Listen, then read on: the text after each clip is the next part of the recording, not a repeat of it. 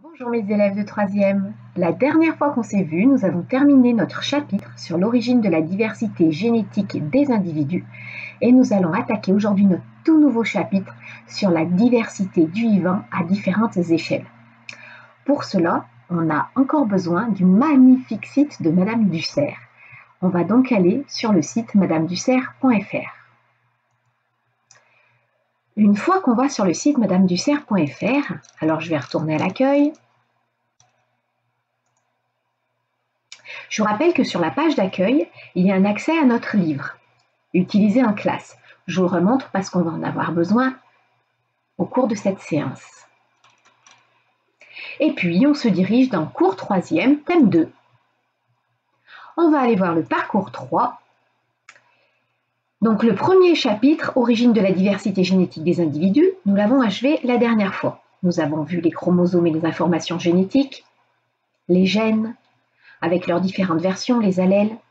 Nous avons vu ce qui se passait lorsqu'une cellule se divisait, comment les chromosomes étaient dupliqués pour ensuite pouvoir se répartir équitablement dans deux cellules filles qui seront identiques entre elles et identiques à la cellule mère de départ. Et puis nous avons vu aussi des cellules particulières, les cellules reproductrices, puisque ces cellules-là, elles ne sont pas identiques à leur cellule mère. Les cellules obtenues ne possèdent en effet qu'un seul chromosome par paire. Donc les cellules reproductrices n'ont que 23 chromosomes, puisqu'en effet, la cellule mère, donc soit la cellule des ovaires, soit la cellule des testicules, qui va former soit des ovules, soit des spermatozoïdes, eh bien subit en réalité deux divisions. On parle d'une division particulière, puisqu'il va y avoir séparation tout d'abord des chromosomes de la même paire, et ensuite il y aura séparation des bras identiques d'un même chromosome. On obtient donc des cellules reproductrices à 23 chromosomes et en plus, elles vont être différentes entre elles puisque selon la répartition des chromosomes de la même paire au centre de la cellule lors de la division, eh bien, à la fin, on ne va pas forcément obtenir les mêmes résultats. Si vous ne vous en souvenez plus, je vous conseille d'aller revoir cette activité puisqu'on va en avoir besoin pour la suite. Donc voici notre nouveau chapitre. On va avoir besoin, comme d'habitude, de prendre une nouvelle page, rien à gauche, rien à droite, et bien évidemment, on va écrire le titre du chapitre et le titre du grand A sur la page de droite, et on collera notre activité sur la page de gauche. Donc notre chapitre s'intitule « La diversité du vivant à différentes échelles ». Le grand A, nous allons étudier la diversité génétique des individus. Nous avions étudié la diversité des écosystèmes en 5e, en 4e, et cette année, nous étudions la diversité génétique. L'activité, elle est ici. On va cliquer. Je vous rappelle que je vais vous la mettre en fichier joint, en version PDF, sur Pronote. Donc, lorsque je clique, moi j'ai déjà ouvert la petite fenêtre, je vais aller directement là. Je tombe donc sur mon activité, 3e, thème 2, numéro 6. Expliquer la diversité génétique des individus au sein d'une même famille. C'est-à-dire que non seulement on va prouver bien évidemment que les individus sont différents génétiquement entre eux au sein d'une population, mais on va prouver qu'ils sont même génétiquement différents à l'intérieur d'une même famille. Ce que l'on sait, lors de leur formation, les cellules reproductrices reçoivent un seul chromosome par paire. Elles possèdent 23 chromosomes en tout.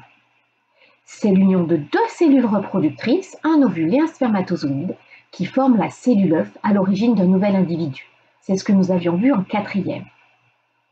Ce que l'on cherche à résoudre, suite à la reproduction sexuée, comment expliquer la diversité des individus au sein d'une même famille? Mission.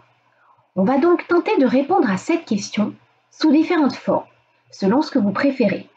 Si vous avez envie même plutôt de travailler votre intelligence verbolinguistique, c'est-à-dire que vous aimez bien les mots, eh bien je vous propose plutôt de choisir de faire votre réponse sous la forme d'un texte.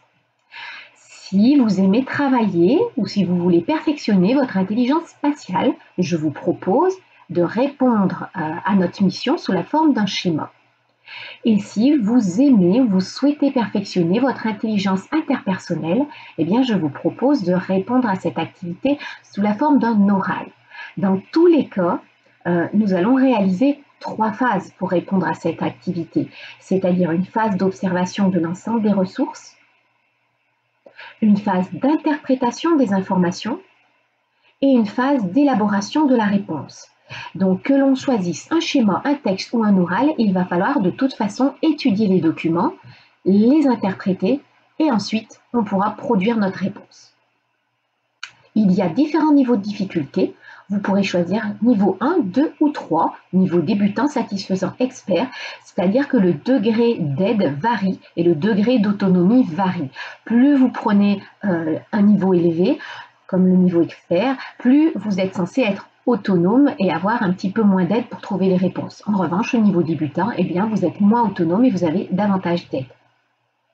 Comment on va pouvoir répondre à cette question? Eh bien, on va utiliser plusieurs sources d'informations. On va utiliser un jeu qui s'appelle le jeu La Famille Superbe que votre professeur a construit. Vous allez voir ça comme il est chouette. Nous allons utiliser une vidéo, les informations génétiques des bébés superbes que votre professeur aussi a construit. Vous allez voir comme elle est chouette. Et nous allons utiliser aussi un document du livre, le 4, page 247. Eh bien, c'est parti. Alors, je retourne sur mon site internet et j'en profite pour vous montrer que la vidéo est ici, que si vous avez choisi de faire votre réponse sous la forme d'un schéma, le niveau 1 est là, le niveau 2, le niveau 3. Moi, je vous les mettrai également sur Pronote. Le texte niveau 1, niveau 2, niveau 3, l'oral niveau 1, niveau 2, niveau 3, dont vous choisissez celui que vous préférez. Le jeu de société est ici, la vidéo est là, et mon livre, il est ici. C'est bon, j'ai tous mes documents. Alors c'est parti. Je vais en premier faire le jeu. Donc, j'ai cliqué ici sur le jeu La Famille Superbe et je me retrouve sur ce document. Alors, ce que je vous conseille à la maison, c'est de l'imprimer. Il représente de nombreuses feuilles, mais il est indispensable pour pouvoir bien comprendre notre activité. Il y a d'abord la règle du jeu, donc à la rigueur, celle-ci, vous n'êtes pas obligé de l'imprimer, vous pourrez la lire sur l'ordinateur. Il y a une carte d'identification de Monsieur Superbe, de Madame Superbe, je vais y revenir. Une carte d'identification des bébés qu'on va obtenir, donc le premier bébé, le deuxième bébé. Et ici, c'est ce qui est important à imprimer et à découper. On va avoir plusieurs ovules possibles et on va avoir plusieurs spermatozoïdes possibles. On va regarder tout ça ensemble. Je commence. La formation, donc règle du jeu, La Famille Superbe, partie 1, la formation des cellules reproductrices. La formation des cellules reproductrices se fait de façon aléatoire, ça veut dire complètement au hasard. On ne sait pas vraiment quelles cellules reproductrices se forment à l'intérieur de l'appareil reproducteur. Chaque joueur dispose de la carte d'identification de Monsieur et Madame Superbe, de 2 paires de chromosomes et 2 gènes seulement sont représentés.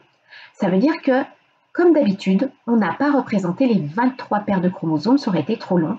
Donc, pour simplifier les choses, il n'y aura que 2 paires de chromosomes. On va les voir un peu plus près. Qu'est-ce qu'on doit faire? On doit d'abord retrouver les ovules possibles produits par Madame Superbe, parmi ceux qui seront dans l'enveloppe A. Et on doit retrouver les spermatozoïdes possibles produits par Monsieur Superbe, parmi ceux qui se trouvent dans l'enveloppe B. Après validation auprès de Madame Dussert, on pourra passer à la partie 2. Alors la partie 2, elle est là, on la lira après. D'abord, voici Monsieur Superbe. Donc en effet, on lui a représenté que 2 paires de chromosomes, sa paire numéro 1 et sa paire numéro 22. Sur la paire numéro 1, il y a le gène Rhésus. On voit que Monsieur Superbe possède 2 versions différentes. Un allèle Rhésus-, un allèle Rhésus+. Ici, en remarque, on lit l'allèle Rhésus+ domine l'allèle Rhésus-. Donc, étant donné qu'il a un moins et un plus, son plus va dominer son moins. Donc, comme caractère, si on lui fait une analyse, Monsieur Superbe est de Rhésus positif. Ça veut dire que sur tous ces globules rouges, il aura des petites molécules supplémentaires. Sur sa paire 22, il possède le gène qui caractérise son lobe d'oreille.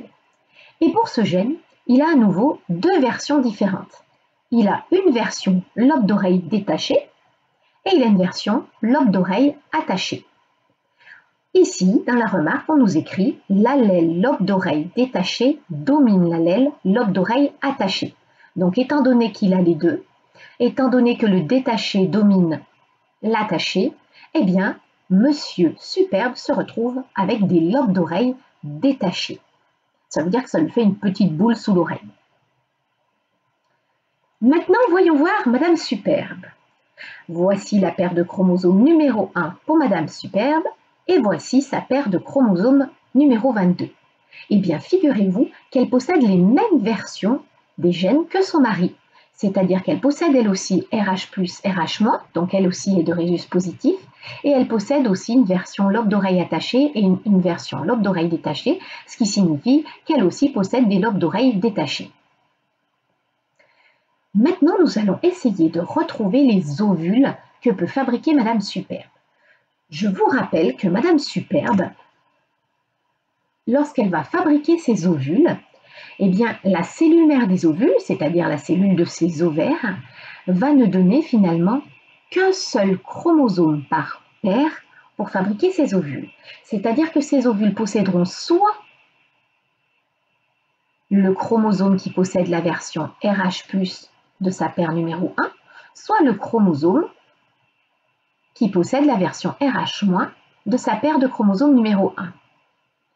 Et ce chromosome, ou celui-ci, va être associé soit au chromosome qui possède la version lobe d'oreille attachée de la paire de chromosomes 22, soit à la version lobe d'oreille détachée de la paire de chromosomes 22. Vous imaginez que plusieurs combinaisons sont possibles.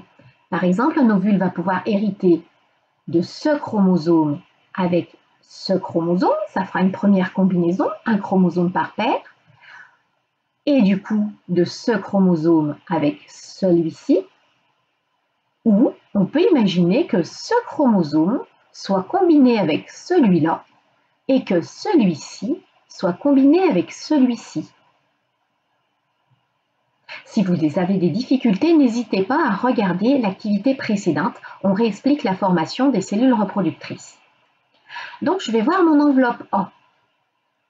Donc, tous ces ovules, ils étaient à découper, à mettre dans l'enveloppe A. Ceci aussi. Et ceci aussi. Alors, on va essayer de voir si ces ovules peuvent être fabriqués par les ovaires de Madame Superbe. Celui-ci, il ne possède qu'un seul chromosome, alors qu'on a dit que normalement, les ovules allaient posséder un chromosome par paire, c'est-à-dire qu'on doit avoir normalement un chromosome 1 et un chromosome 22. Or ici, ce n'est pas le cas, donc celui-là, hop, je le jette, je le mets dehors. Ça ne peut pas être un ovule de Madame Superbe. Celui-là, pareil, il possède qu'un seul chromosome, cette fois-ci un chromosome 22, mais il va me manquer un chromosome numéro 1, donc hop, je le jette. Celui-là, il possède 2 chromosomes numéro 22, mais il possède 0 chromosome numéro 1. Ça veut dire que le nombre est bon, mais ça ne représente pas un chromosome par paire, donc ça ne va pas, je le jette. Celui-ci, rebelote, il ne va pas. On a 2 chromosomes 22 et 0 chromosome numéro 1. Je le jette. Celui-ci, pareil. Cette fois-ci, j'ai 2 chromosomes numéro 1, mais 0 chromosome 22. Donc ça ne va pas. Je le jette. Celui-ci, j'ai un chromosome numéro 1 et j'ai un chromosome numéro 22. Ça va, je vérifie qu'on a des versions que possédait Madame Superbe. RH+, elle en avait un, lobe d'oreille détaché, elle en avait un. Donc cet ovule peut être fabriqué par Madame Superbe.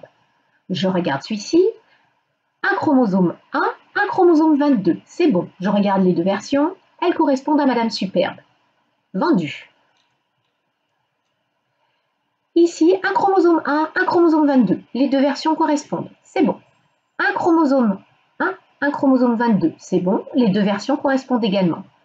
Ceci aussi. Ceci aussi. Ceci aussi. Ceci aussi. Je vais donc garder dans mon enveloppe A tous les ovules numérotés de 1 jusqu'à 4. Et au-dessus de 4, 5, 6, 7, 8 et 9. je les enlève. Ils ne correspondent pas à Madame Superbe. Bien évidemment, je vais faire le même type de raisonnement pour Monsieur Superbe. Étant donné que Monsieur Superbe possède les mêmes informations que Madame Superbe, eh bien, il va fabriquer des spermatozoïdes du même type.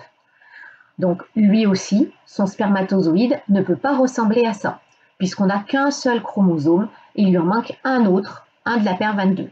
Donc, celui-ci ne va pas. De la même façon, celui-ci ne correspond pas. De la même façon, celui-là, celui-là et celui-là possèdent 2 chromosomes, mais de la même paire, alors qu'on doit avoir un chromosome par paire. Donc, ils ne correspondent pas. En revanche, celui-ci, celui-là et tout ceci correspondent, puisqu'ils ont un seul chromosome par paire, un numéro 1, un numéro 22, et qu'en plus, les allèles correspondent à ceux que possédait Monsieur Superbe. Donc, nous allons également conserver tous les spermatozoïdes qui vont des numéros 1 jusqu'au numéro 4. Et nous allons mettre à la poubelle, enfin de côté, les numéros 5, 6, 7, 8 et 9. Ça y est, j'ai sélectionné mes ovules et mes spermatozoïdes. J'ai donc réussi la première partie du jeu. Je vais pouvoir passer à la partie 2. Partie 2, la fécondation. On va fabriquer des bébés, les bébés de Monsieur et Madame Superbe. La fécondation est la rencontre au hasard d'un spermatozoïde et d'un ovule. Vu que cette rencontre se fait au hasard, eh bien finalement c'est comme lancer un dé. On ne sait pas quel chiffre va sortir, on ne sait pas quel ovule ni quel spermatozoïde vont être sélectionnés et vont pouvoir se rencontrer. Du coup, eh bien il vous faut un dé. Chaque joueur doit lancer une première fois le dé pour sélectionner au hasard un ovule de Madame Superbe. Donc, vous l'aurez deviné, étant donné qu'on a sélectionné des ovules allant du numéro 1 à 4, eh bien, il vous faudrait un dé à 4 faces. Si ce n'est pas le cas, eh bien, chaque fois que vous faites 5 ou 6, vous rejouez. Lancez une deuxième fois le dé pour sélectionner au hasard un spermatozoïde de Monsieur Superbe. Donc là, c'est pareil. Ensuite, on fait fusionner les cellules reproductrices en les superposant. Et ça nous permet de remplir le bébé obtenu, c'est-à-dire la carte d'identification du bébé Superbe numéro 1. On peut refaire ça plusieurs fois. Et après, on peut faire un bébé numéro 2 et regarder si on obtient les mêmes bébés. Alors c'est parti. Moi, j'ai mis de côté, hop, ici, tous les ovules et tous les spermatozoïdes. Et ensuite, je vais mettre le résultat obtenu ici. Voilà. Alors normalement, en classe, on a des vraies petites cellules découpées, toutes prêtes, qu'on peut superposer parce qu'elles sont imprimées sur du papier transparent. Mais à la maison, c'est pas grave, on va essayer de se débrouiller. Alors, imaginez que je lance mon dé. Hop, je tombe pour Madame Superbe sur le numéro 2. Eh bien, allez, ça tombe bien. Ici, j'ai un numéro 2. Je vais donc le sélectionner. On imagine que le hasard fait que c'est cet ovule qui a été sélectionné par la nature. Imaginez que je relance le dé et je tombe sur 4 pour Monsieur Superbe. Alors, Monsieur Superbe, il est dans l'enveloppe B. Je vais aller chercher les cellules de l'enveloppe B. Voilà, 1, 2, 3, 5, 6, 7. Et je cherche un 4, 3, un 4. Parfait.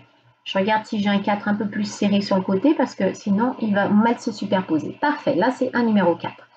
Donc, j'attrape un spermatozoïde numéro 4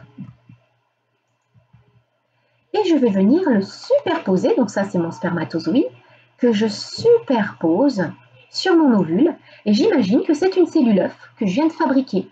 Alors, cette cellule œuf, bien sûr, elle va devenir un bébé. Alors, que va obtenir mon bébé? Rhésus plus, rhésus moins. Donc, dans la carte de mon bébé numéro 1, je peux écrire qu'il a eu un plus et il a eu aussi un moins. Donc finalement, il sera comme ses parents.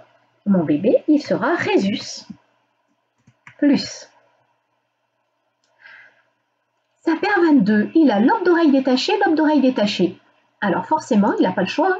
Il va être, moi je vais mettre LD pour dire lobe d'oreille détaché.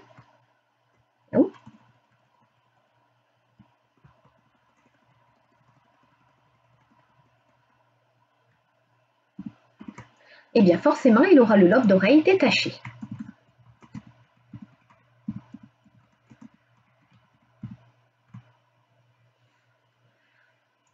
Allez, je recommence. Je vais refabriquer un autre bébé.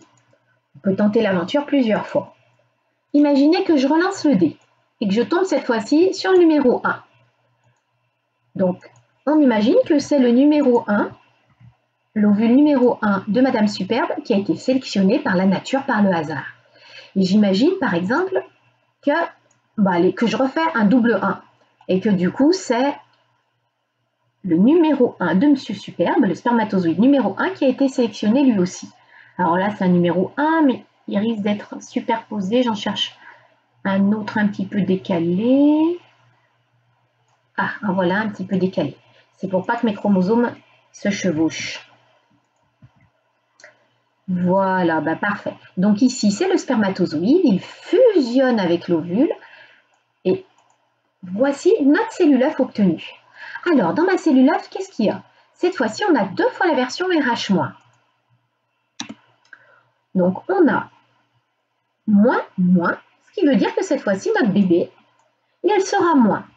Ça veut dire que 2 parents qui avaient tous les deux un rhésus positif peuvent fabriquer un bébé de rhésus négatif.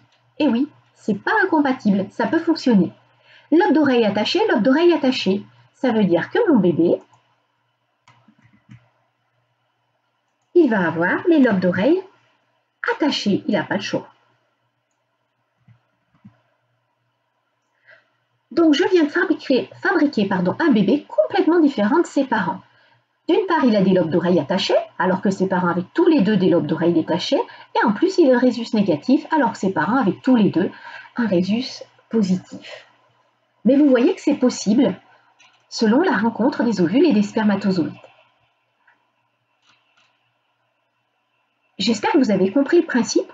Donc on peut faire une multitude de mélanges comme ça et obtenir une multitude de bébés. On relance à chaque fois le dé, on fait fusionner un ovule avec un spermatozoïde et on regarde la combinaison qu'on obtient. Et vous allez voir qu'à chaque fois, on obtient des bébés parfois identiques à leurs parents, parfois complètement différents, parfois à moitié différents. On aurait pu obtenir par exemple un bébé de Rhésus plus avec les oreilles attachées ou un bébé de Rhésus moins avec les oreilles détachées. Tout est possible.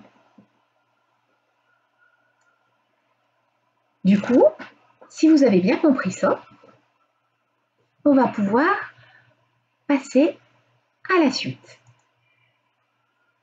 Donc le jeu est terminé et il nous a permis de découvrir qu'on obtenait des bébés complètement différents. Différents déjà de leurs parents parfois et aussi différents d'entre eux. On a terminé donc l'étude de notre premier document, le jeu. On va aller voir la vidéo, les informations génétiques. Cette vidéo, on l'obtient en cliquant sur le lien. D'abord, je vous montre quand même ce que pensait Madame Superbe au départ. Madame Superbe, elle pensait que ce serait marrant de faire 2 fois le même bébé à quelques années d'écart. Et elle se demande la chance que cela se produise, c'est-à-dire d'obtenir 2 fois exactement le même bébé. Est-ce que vous pensez, à votre avis, qu'elle a une chance sur 7 de faire 2 fois le même bébé? Est-ce qu'elle a une chance sur 700 de faire 2 fois le même bébé avec son mari? On considère que c'est bien sûr toujours le même mari. Est-ce qu'elle a une chance sur 700 000 ou est-ce qu'elle a une chance sur 70 000 milliards? Gardez votre idée dans un petit coin de la tête et on va avoir la réponse grâce à la vidéo. Donc, comment expliquer la diversité génétique des individus au sein d'une même famille?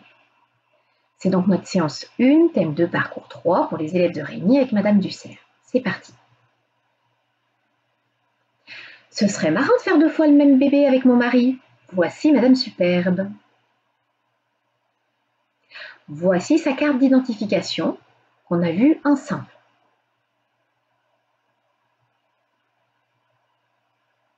Comment mes informations héréditaires se répartissent-elles dans mes ovules? À partir d'une cellule d'ovaire de Madame Superbe, on peut obtenir des ovules avec par exemple RH- lobe d'oreille détaché et RH+ lobe d'oreille attaché, ou alors, selon comment vont se répartir les chromosomes, on peut obtenir une autre combinaison possible.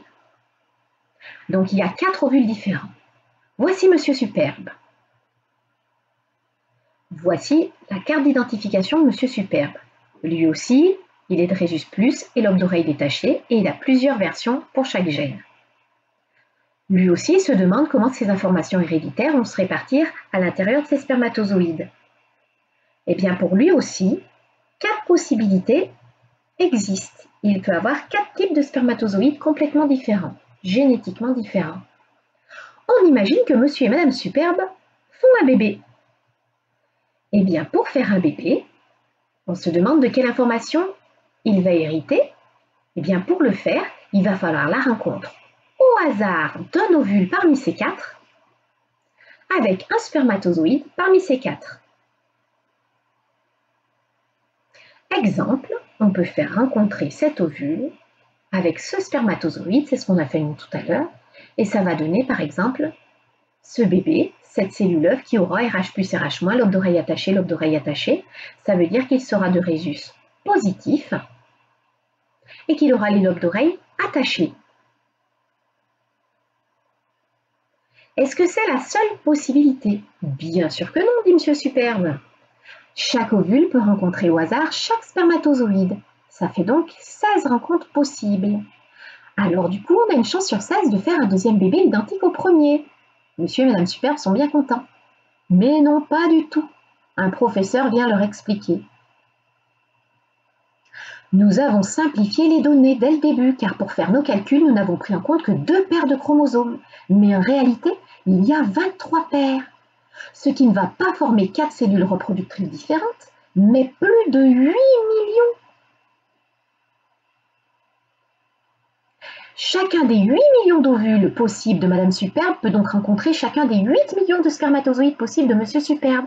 Vous pouvez donc produire plus de 70 000 milliards de bébés différents. Il y a donc une chance sur 70 000 milliards de faire 2 fois le même bébé identique.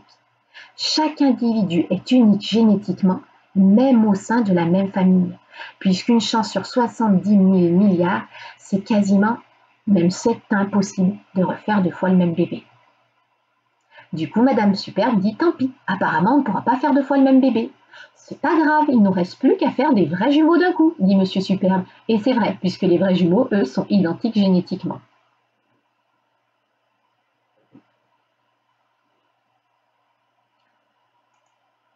Donc voilà pour la vidéo. Il ne nous reste plus qu'à regarder le document du livre 4, page 247. Ce livre, il est ici, nous montre le document 4, donc il faut toujours commencer par lire le titre, la diversité génétique des cellules œufs, et puis à lire les informations. Un individu possédant 10 gènes, présentant chacun 2 allèles différents, peut produire 1024 types de cellules reproductrices génétiquement différentes. En réalité, un homme et une femme possèdent chacun plus de 20 000 gènes présents, le plus souvent sous la forme de 2 allèles différents. Ils peuvent donc produire un nombre tellement grand de cellules reproductrices génétiquement différentes qu'il n'y a aucune chance que 2 de ces cellules soient identiques. Par conséquent, si ce couple fait des enfants, chaque fécondation impliquera des cellules reproductrices différentes et donnera naissance à des cellules œufs différentes.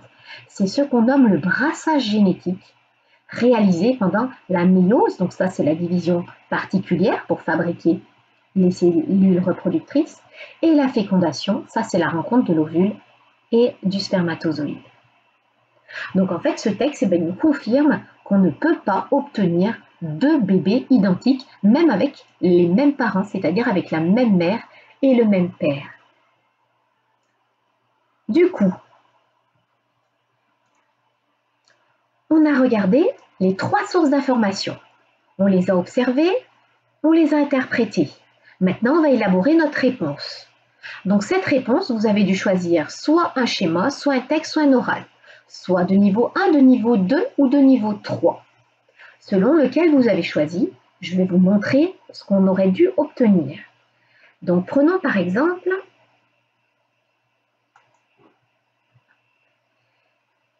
le texte. Pour le texte, normalement, vous avez dû obtenir cette réponse. Grâce au jeu La famille superbe, je constate que Monsieur et Madame Superbe produisent des cellules reproductrices de façon aléatoire et qu'elles sont donc génétiquement différentes. J'en déduis que chaque individu possède une infinité de cellules reproductrices avec des combinaisons d'allèles uniques. Et oui, à chaque fois, on n'a pas les mêmes allèles à l'intérieur des cellules reproductrices. Grâce au jeu La famille superbe, j'observe aussi que la fécondation entre un ovule de Madame Superbe et un spermatozoïde de Monsieur Superbe se fait au hasard. J'en déduis qu'on ne peut pas prévoir à l'avance le contenu allélique, c'est-à-dire les allèles, que vont avoir les cellules œufs des futurs bébés. J'ai mis au pluriel, mais au singulier c'est pareil. À partir de l'animation et du document 4, page 247, je note que mon modèle présente des limites, car en réalité les individus ne possèdent pas 2 paires de chromosomes, mais 23. Je conclus que le nombre de cellules reproductrices génétiquement différentes est beaucoup plus élevé et le nombre de cellules œufs possibles est extrêmement grand. C'est ce qu'on appelle le brassage génétique. Je vérifie que j'ai bien fait des phrases compréhensibles, avec un bon orthographe et une bonne grammaire, je coche, que j'ai utilisé un vocabulaire bien précis scientifiquement, je coche, et que j'ai analysé toutes les sources d'informations. J'ai distingué j'observe que, de leur interprétation, c'est-à-dire que j'ai donné du sens à ce que j'ai observé, j'ai créé du lien entre les différentes informations, et j'ai écrit j'en déduis que. Je coche. Donc ça, c'est pour tous ceux qui ont écrit un texte, c'était la réponse attendue. Maintenant, certains d'entre vous ont fait un schéma. Alors voilà ce que j'attendais comme schéma. J'attendais qu'au départ, il y avait un père qui allait produire des spermatozoïdes génétiquement différents. J'attendais qu'il y avait une mère, donc c'est Madame Superbe et Monsieur Superbe. La mère allait produire des ovules génétiquement différents. Ensuite, un ovule sélectionné au hasard va fusionner avec un spermatozoïde sélectionné au hasard, parmi les 8 millions possibles et parmi les 8 millions possibles. Du coup, il va y avoir la fécondation. Cette fécondation, eh bien, elle permet d'obtenir 70 000 milliards de cellules œufs génétiquement uniques. Du coup, eh bien, forcément, on va obtenir à la fin un individu génétiquement unique. J'oublie pas bien sûr de mettre un titre, schéma de l'obtention d'un individu génétiquement unique par la reproduction sexuée, et je vérifie, j'ai bien fait mon schéma au crayon de papier, à la règle, je coche. J'ai fait apparaître les éléments indispensables avec les mots-clés. Attention, on évite d'écrire des phrases quand on fait un schéma, il faut toujours simplement écrire les mots-clés. Je coche. J'ai disposé correctement les éléments dans un ordre logique qui fait apparaître les liens qui les unissent. Et j'ai attribué un titre, un rapport avec mon schéma. Je coche. Si j'ai fait tout ça, c'est parfait. J'ai niveau expert pour la réalisation du schéma. Et peut-être que certains d'entre vous ont donné leur réponse à l'oral. Donc à l'oral, j'espère que vous avez sélectionné des mots-clés. Il fallait parler, utiliser bien sûr les mots-clés hasard, aléatoire qui sont très importants, mais aussi cellules reproductrices génétiquement différentes, combinaison d'allèles uniques. J'espère qu'à chaque fois, vous avez utilisé, lorsque vous avez parlé du jeu La famille superbe, les mots hasard et aléatoire aussi, mais cette fois-ci aussi les mots cellule œuf avec un contenu allélique unique. Allélique, hein, c'est la même chose que contenu d'allèle unique. C'est pareil, c'est l'adjectif. Et lorsque vous avez parlé de l'animation et du petit problème de connexion. Et lorsque vous avez parlé de l'animation et des modèles, j'espère que vous avez utilisé les mots 23 paires de chromosomes, nombre infini de cellules reproductrices, nombre infini de cellules œufs, brassage génétique. Et là, dans ce cas-là, si vous êtes exprimé à voix haute, en respectant des règles de français avec des phrases compréhensibles, on coche oui. Si vous avez employé un vocabulaire scientifique précis à l'oral, je mets oui. Si vous avez pris quelques notes que vous avez pu lire, mais attention à ne pas avoir écrit des phrases entières, eh bien vous cochez oui. Vous avez fait normalement, dans ce cas-là, eh bien, un oral niveau expert. Eh bien, on a terminé notre activité. On peut s'auto-évaluer. Nous avons travaillé sur la compétence C11, argumenter et tirer des conclusions. J'ai apporté des arguments, des éléments explicatifs scientifiques pour montrer le brassage génétique à l'origine de la diversité des individus au sein d'une même famille. J'ai mené un raisonnement déductif.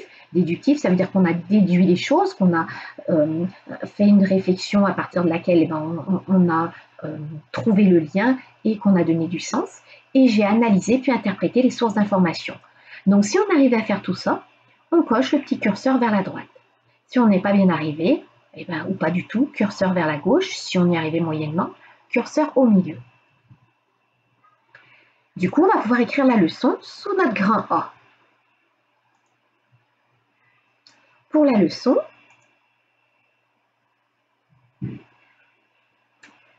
on va pouvoir noter que la formation d'un nouvel individu, elle provient de la fusion d'un ovule et d'un spermatozoïde. C'est ce qu'on appelle la fécondation. On sait que dans l'ovule, il y avait 23 chromosomes et que dans le spermatozoïde, il y avait 23 chromosomes.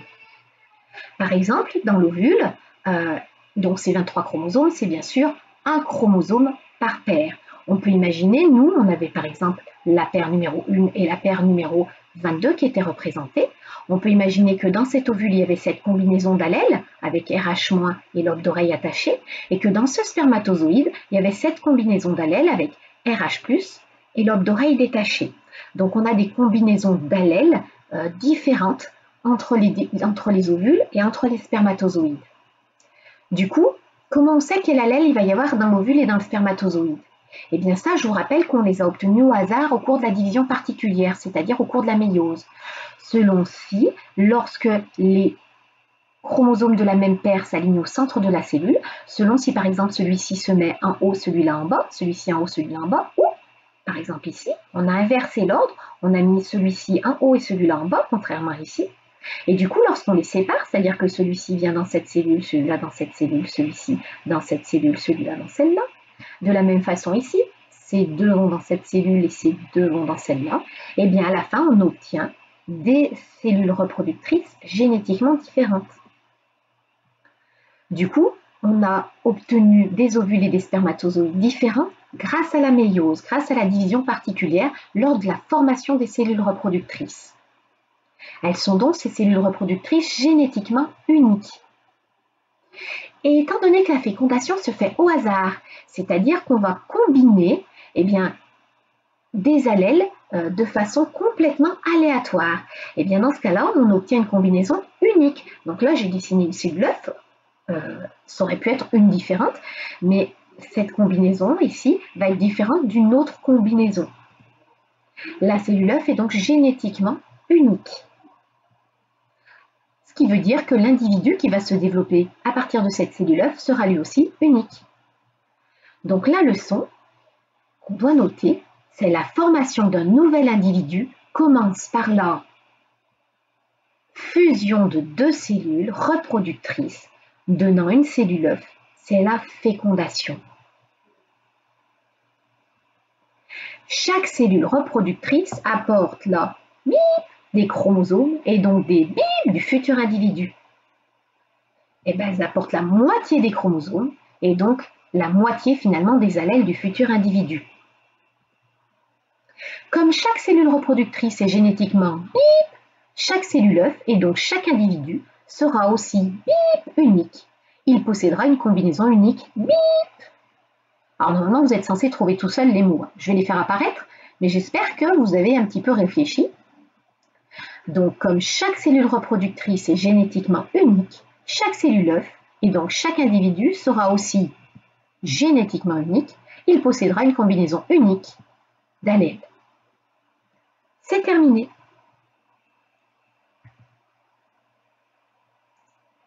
Alors, j'espère que cette partie qui n'est pas facile, vraiment pas facile, cette partie a été bien comprise. À mon avis, il faut la réécouter, il faut refaire l'activité plusieurs fois, il faut la relire, il faut essayer de bien comprendre l'ensemble des informations pour tout, on va dire, pour tout intégrer. Si jamais vous avez des difficultés, n'hésitez pas à me poser des questions et je vous répondrai. Je vous dis à bientôt pour une nouvelle vidéo.